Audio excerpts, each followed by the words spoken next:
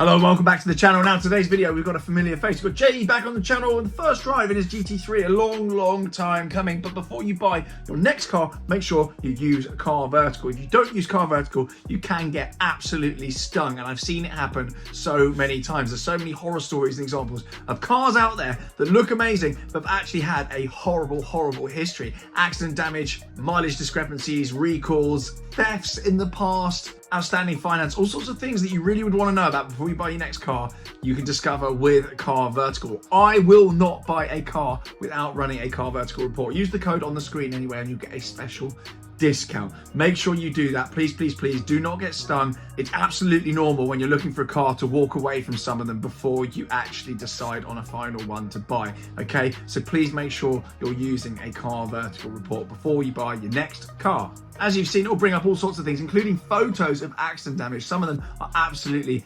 horrendous. Anyway, let's go find JE, jump in the GT3, go for a drive and see what he's been up to. Car Vertical aside then, should they be using my Car Vertical code, James? Should, or you'll learn the hard way. You will learn the hard way. So we are here, as if by magic, with JE and his GT3. And James, you've got some explaining to do, have you not? I have. Do you know what? It's felt like a long winter, Tom, and people have been thinking the GT3's gone. Oh boy, I don't lie. I said it's not gone, and well, let me tell you. It certainly hasn't, my boy. It's gone nowhere. It's still there. The monthlies are still being paid and it is still here. So we're going to catch up with you, find out where on earth the GT3's been, because there's a bit of a story. We're going to catch up with what you've been up to as well, because they last saw you in the M3 video and they wanted you back. Yeah, and we never got round to a GT3 first drive, did we? We did it. We're going to go into the timeline. Right, let me show you around the car because you've probably forgotten about it, and then we're going to get going. Here she is then, your GT3. Your GT3, James. 991.2 GT3, Tom. Do you like it? First and foremost, do you like it? I did, and when I got it, I was nervous because obviously I'd had a Turbo S before and I'd always thought, not sure about GT3, but I get it now. I fully, 100% get it. I love it. It gives me everything I need and more. And having been in my 992 GT3 and this GT3, just as a kind of an overview, just scratching the surface, which do you prefer? In a simple sense, I would take that all day long. Okay, fine. Well, that's that. That's that answer. It's quite aggressive, to be honest. Yeah, good. I will be. Fine. So today then is going to be a bit of a double churn, because today we are actually visiting the guys and girls at Pandora, are we not? So that's going to be a separate video. We're going to catch up with all things car security. There we go. As if by magic, Anthony from Pandora's just driven past in his SVR. So we're not too far away from the guys there. I hear an SVR rambling, Tom. Yes, an SVR rumbling. James. Is he coming backwards? It's a Pandora party. So car security, we're going to get onto that. That's not in this video. So then, you've had this car for about a year, have you not? I have, and I feel bad how little I've used it. Yeah, it's absolutely useless. What, you've probably put, what, 200 miles on it? Yeah, probably less, actually. Rubbish, absolutely rubbish. Comments. Oh, garage queen! Yeah, no, terrible. Anyway, so it is a 991.2 GT3, black wheels, steel brakes. It's a fairly rudimental spec. It's not crazy. It hasn't got ceramics or kind of crazy unnecessary bucket seats. But this car now, yeah, we spotted it coming. It's got extended leather dash and all the carbon bits. It is a nice spec, but it's for someone who just wants a bit more of a subtle, fun daily. This car is ahead of its time, really, because people are after these specs now, because they're all converting them to Tourings. Yep. They are. So these are actually becoming more and more sought after. Your comfort seat, more stealthy GT3s without the cage or any of that nonsense. People are now after these, which is actually quite good. And I've always been a comfort seat man, Tom. SV, McLaren 600 LT. Comfort seats. Comfort seats, and I won't do buckets again because I go to the gym, don't I, Tom? You go to the gym, and yes. I don't fit in them, and it doesn't feel nice, and I don't want that, Tom. So I'm not doing. No body fat, James. You need comfort seats. Yeah, low body fat, Tom. That's right. You need some padding from somewhere because you haven't got any yourself. Yeah, because, you know. Rig. Yeah. Yeah. And one thing we're going to pick up on just here very quickly, just before people start whinging about it, you do need to sort that out. That is terrible. I know. It was all done. I was so excited to get the car, Tom, and I just slapped it on, you know. Yeah. So we'll sort that. We'll sort that. Slapdash approach. Slapdash, James. Should we go for a drive in? Yeah, let's jump in. And you've got some explaining to do, so let's go. Actually, on that point earlier, when I mentioned the touring conversion, what I really meant was back seat conversion along with the touring conversion. There are companies that will literally just put basically padding on that bit there and call it a back seat.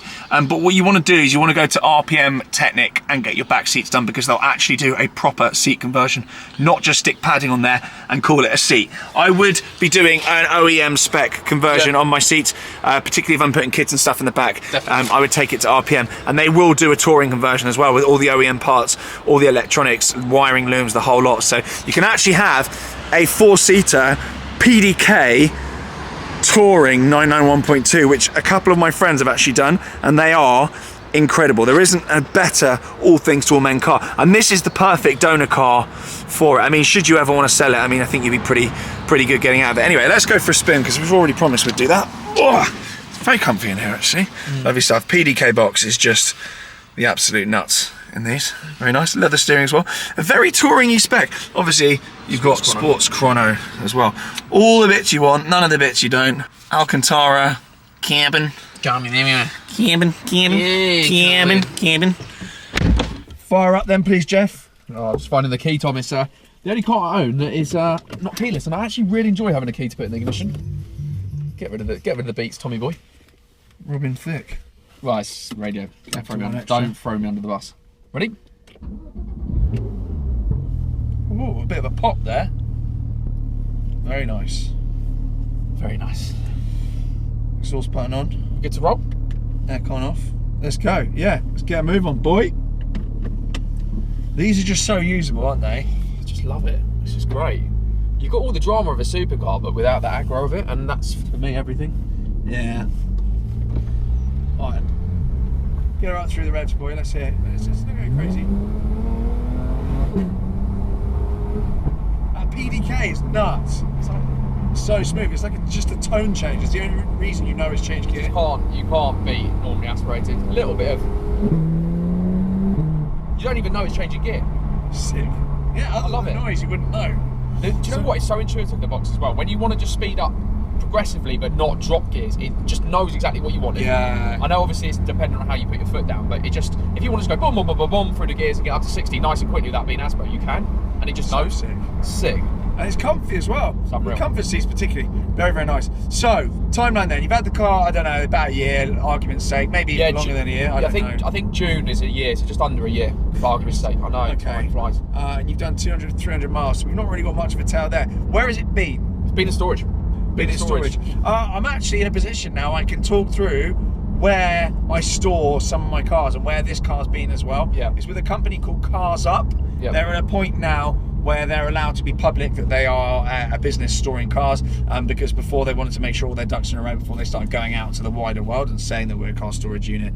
All their locations are absolutely locked down, everything's fine. Yeah, so, I felt safe with it there.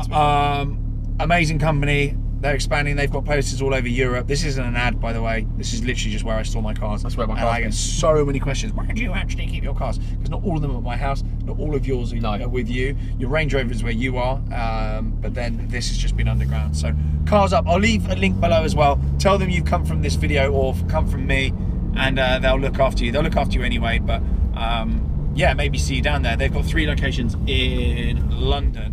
Very good bunch, very, very secure. It's like Fort Knox. Yeah, no, I felt more than content, and I'm a bit of a, you know, I'm not a security mate. So don't even try coming to find our cars, because you're not going to get in. That's that. So it's been in storage, underground, dry, blah, blah, blah. Why haven't you used it? What have you been doing? Why have a car like this and not use it? Because you're going to be getting told off. Yeah, I mean, the starting point is last summer was a whirlwind. So anyone that follows me, my girlfriend was on that TV show Gladiators. We're filming that. Long story cut short, without sending people to sleep. Had a really bad injury, broke her foot and her ankle. So I left London, where I live, left my car behind, and went and looked after her for 4 months because she couldn't do anything. So that meant immediately that I couldn't drive. Obviously, I took the Range Rover with me. I needed to pack my belongings. And so that kind of wrote the summer off. Yeah. And I don't mean that in a negative way. It wouldn't change the world, but... PDK Sport. Oh, okay. Well, you want a bit of beans? I have access to that one. Yes. Just drops the gear so quickly. So that was last summer. So I didn't get a chance to drive the car at all. And it just made no sense. I would have been basically going back to London to get the car to drive around in a circle to go back to hers. So that was that. And you have your new shape Range Rover, do you not? I have a new shape Range Rover as well. And in London, this is a really comfortable car, but I very rarely find a need to drive. I can get around another mode of transport or, you know, cycle, whatever, blah, blah, blah. So there we go. So that kind of takes us there. And then work's just been manic, mate. Like, absolutely manic, working all the hours there are. So, again, there just hasn't been so many opportunities for going out for a nice little hoon. Hoonery, yeah. When was the last time me and you went out in separate cars and just went for a drive? I don't know. We did do that down in the Cotswolds, actually. It was the last time I was in this. Yeah. Don't you remember? Yeah. So, but again, and then when you got to couple it and try and balance the English weather as well, you just think, well, actually, there's been very little opportunity outside of those elements I just discussed. So, yeah, anyway, that's where we kind of are on it all, and I haven't really had a chance to use it, so I just turned it around because I realised I got the wrong way, and that's all right, that's fine. We're in a primary school. Yeah, well, that doesn't bode well, does it, really? Anyway, so that was that. So that's where we've been, Tom. It's not being used, but one thing I would say is a car like this, sat on storage in that secure unit, like you just said, on trickle charge, doesn't stress me. C-Tech charger. Yeah, just sat there charging, jumped in it, started first time, and I've been really itching to get back in it, so it's nice to be able to jump the first time back in it, really, properly, and video it. So plans then for the car, JCR exhaust? Yeah, I'm definitely thinking exhaust. I mean, they sound amazing stock, to be fair, but I think it's got a little bit more to give, so definitely go for JCR exhaust. I've seen nothing but glowing reports. I think that's the next modification for it, and then start to look at this GT3 Touring conversion idea and chapter of that with the rear seats. I think it's quite cool. Would you do four seats? I mean, I don't have kids, do I? I think it's about 10. I think it's best part of 10 grand for the back seats. Maybe 7 grand thereabouts. I just quite like having a car that's totally different though, and I think that really separates it. So something that's worth considering. But for now, I think immediate things for this summer. Let's get out, let's enjoy it, let's get in the cars, let's go for a hoon like we used to. Good old times. Get exhaust on it. Get out to mine in the Cotswolds. Hopefully the Correct GT will be out as well. Get this on a road that it wants to be on, and is crying to be on, and actually see what a car is really like to drive, because you know, it's probably living within about 10% of its capabilities at the moment. Yes. So you say you've been busy with work then. Tell the viewers at home what you actually do. What are the things that you do? Because you've got loads of stuff going on, and I think it's useful for people to know that we're not just relying on some sort of trust fund, and it's not nonsense. Like there's genuine graft behind the scenes. Yeah. So I guess in a really simple sense, mentorship. Business mentorship and consultancy in a nutshell. So that's helping anyone with anything, and same as you do with Exton Coaching, really. Anyone that's in a position where they've got a business and want to take it to the next level, or they're sat in a job, they don't like it, and they want to exit that, and they're looking at possibilities of ideas that they want to bring to fruition and make a successful commercial journey out of. So really helping people in a one-to-one capacity with that. And also within that, it's actually just a bit of life coaching. There's quite a lot of people that just want to sort of discuss how they can enhance their quality of life and what they're currently doing, and some ventures that they've got in mind. So that's Exton Coaching, one-to-one coaching, and obviously you take people on, clients on, and I do too. So that's the last part. And then still in the one-to-one world, fitness coaching. So I've got a lot of one-to-one fitness coaching clients, really just trying to take their physique, their health, their well-being, their mental health to the next level. So one-to-one fitness coaching with them, and then obviously running London Muscle, which is all things fitness, all things supplements, all things training, all things nutrition, clothing, you name it. And then on top of that, all of the stuff we do with amazing brand partners as well. So, and then you're in the property world as well. You rent out multiple properties. Yeah, you've got a load of rentals as well. Keeping on top of being a landlord, which is admin heavy. So it's awful. It's one of my biggest regrets. Being landlord. So that's where I'm at. That's where I'm split across everything else, amongst making content and all the stuff that you have to do day in, day out as well, and balancing my time, balancing a relationship. You know, fitting everything in, living and trying to live a life in it all.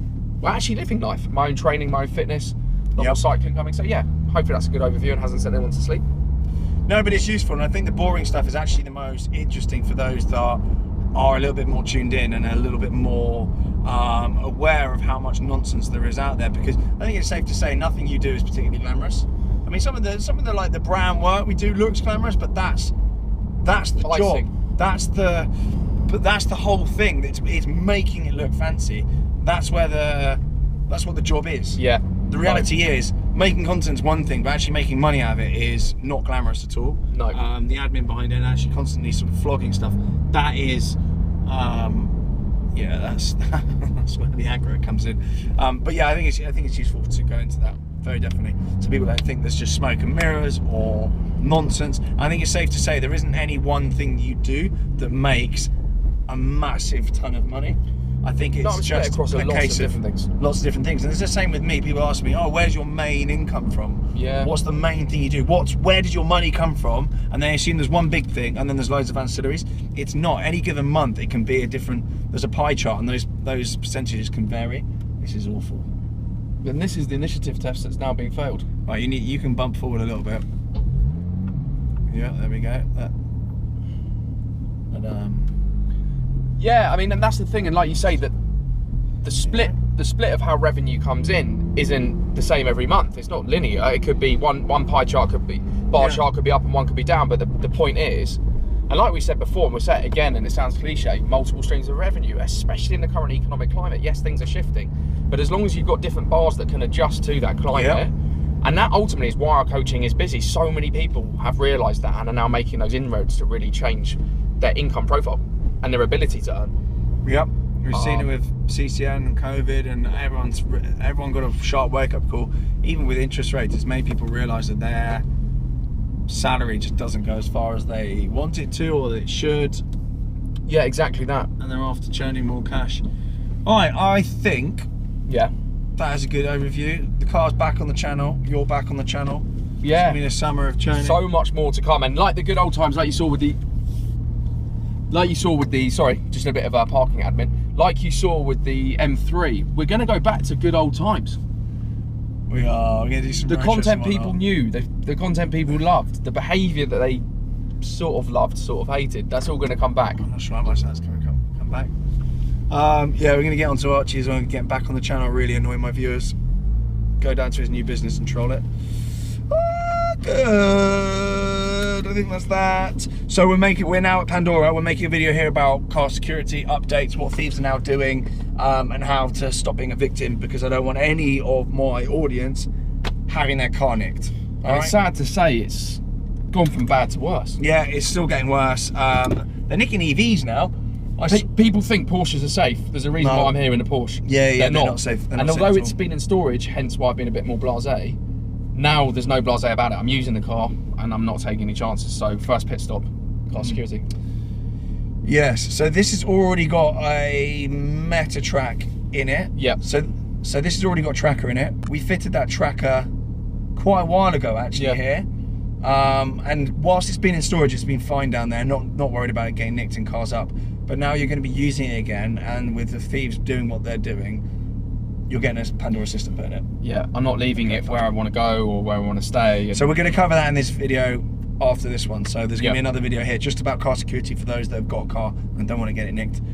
Watch the next one. It's good. For now, I think that's it. Click the car vertical link below. Please click that. And if you are getting a report, make sure you use that code on the screen, because it's really important you get a discount. It also supports the channel as well. Perfect. Thanks for watching. Subscribe, blah, blah, blah. And I'll see you all very soon. Bye.